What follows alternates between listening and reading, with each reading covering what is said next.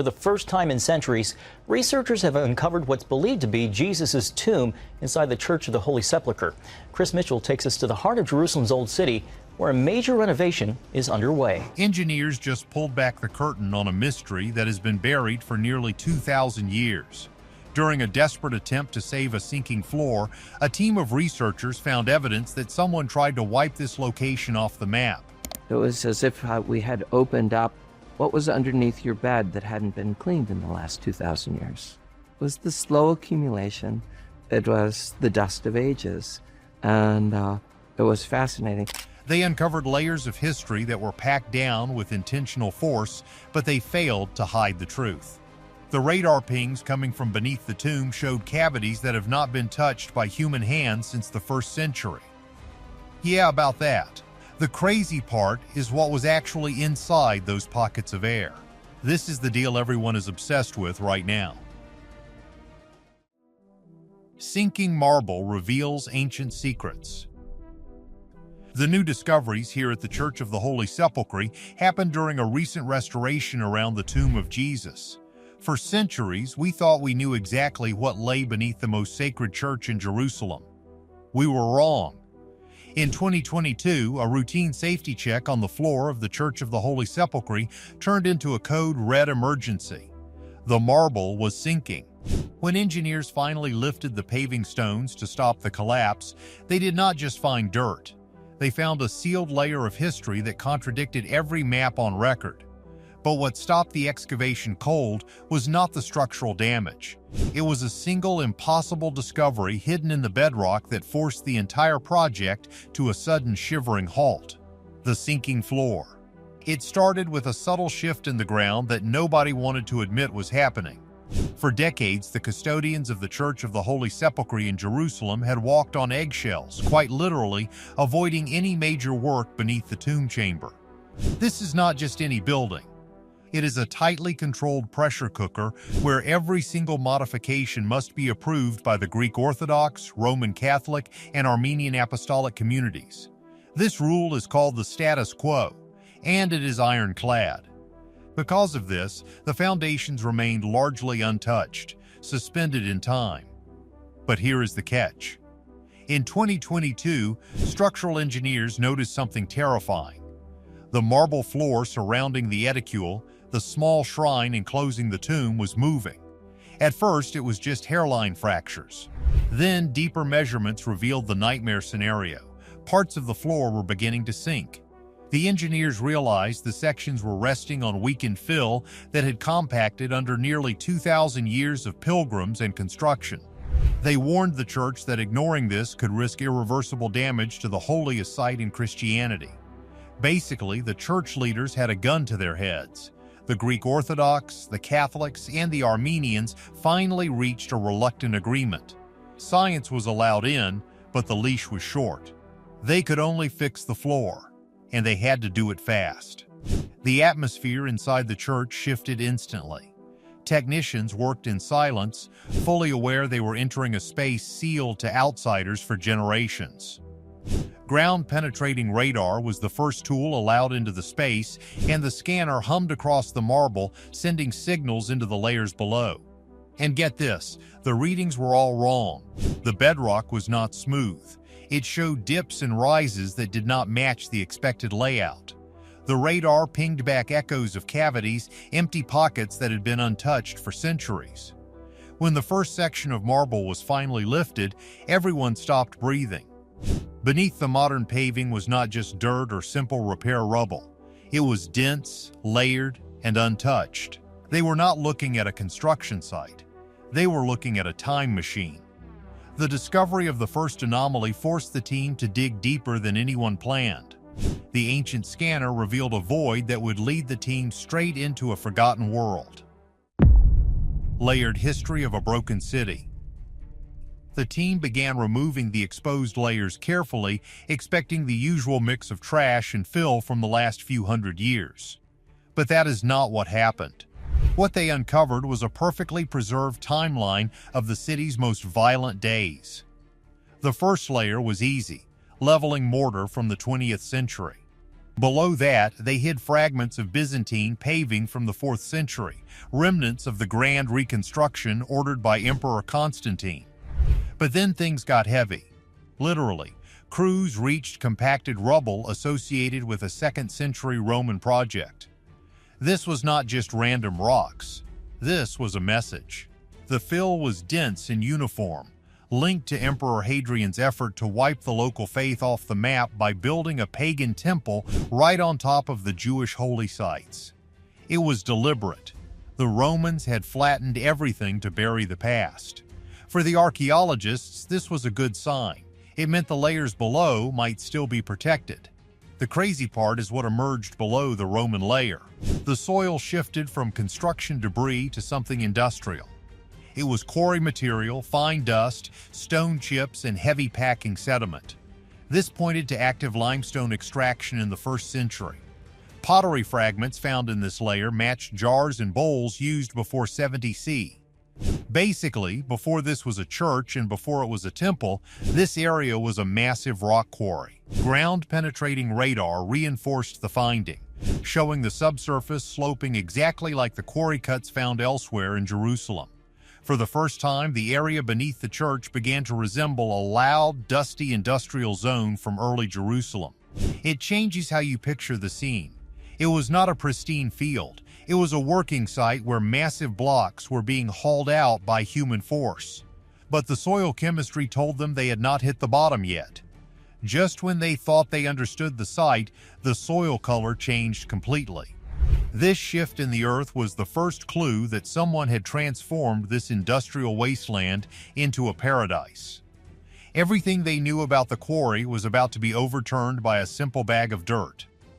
This is where the story takes a turn that stumped the experts. When the team reached the layer beneath the Roman debris and the quarry dust, they expected to hit solid rock. Instead, they uncovered pockets of dark, rich, enriched soil. It made zero sense.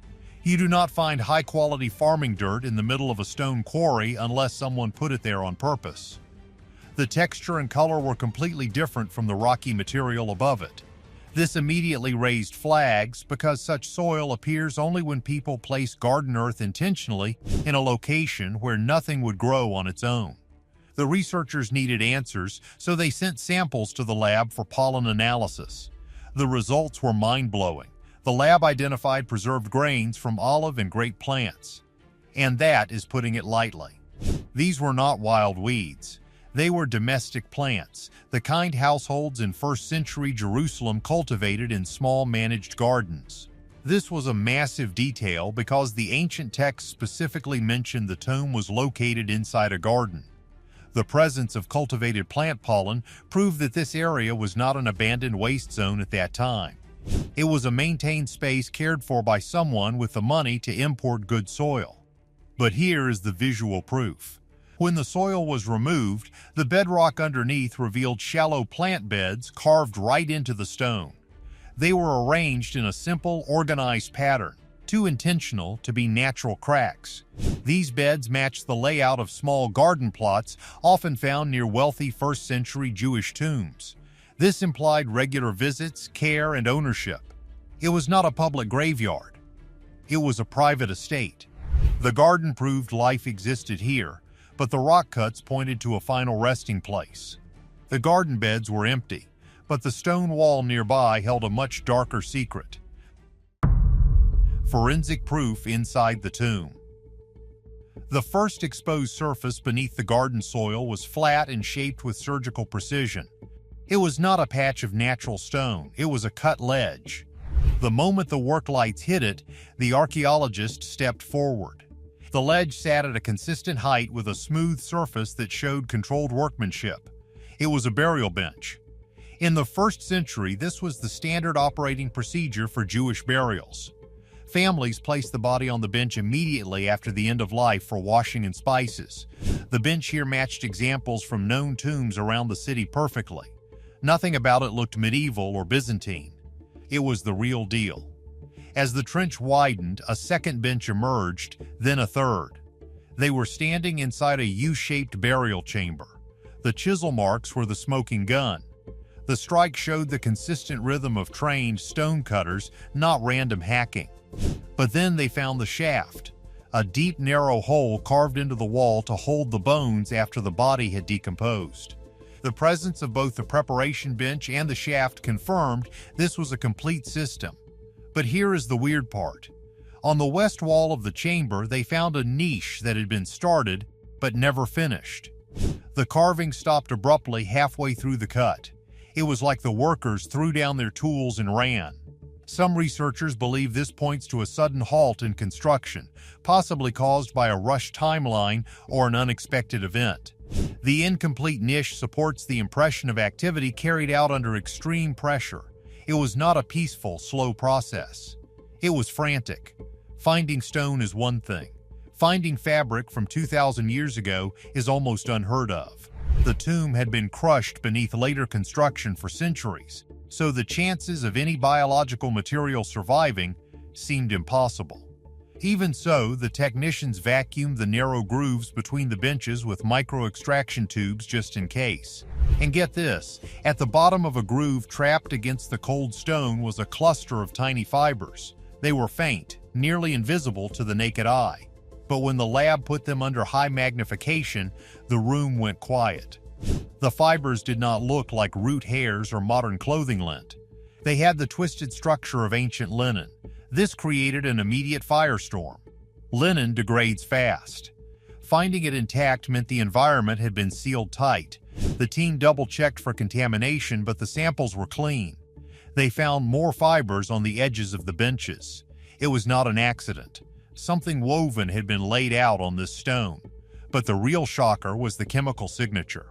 Embedded within one of the fragments was a microscopic residue that indicated contact with oils. Not motor oil or machine grease, but biological oils. The signature resembled the breakdown pattern of aromatic burial ointments used in the 1st century.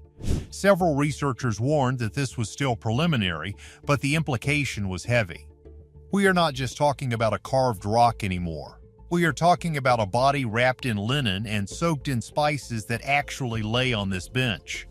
The fibers suggested a presence, but the radar showed something even deeper beneath the floor. Final mystery of the empty void. The team thought they had seen it all. The garden, the benches, the linen.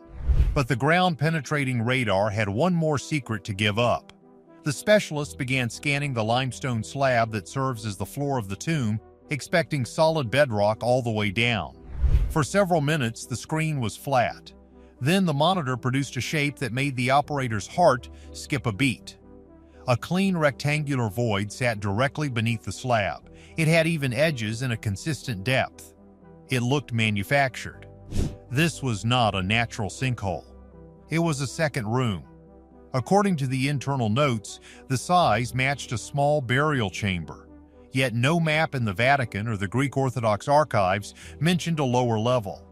Because they could not just smash the floor of the holiest site on earth, they found a natural fissure, a tiny crack in the bedding stone.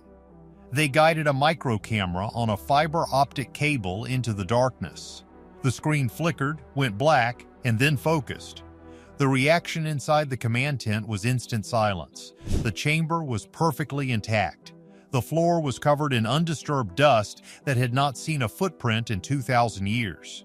The walls were clean, but in the center, the camera caught the edge of a flat limestone bench. It was sharp, pristine, and unused.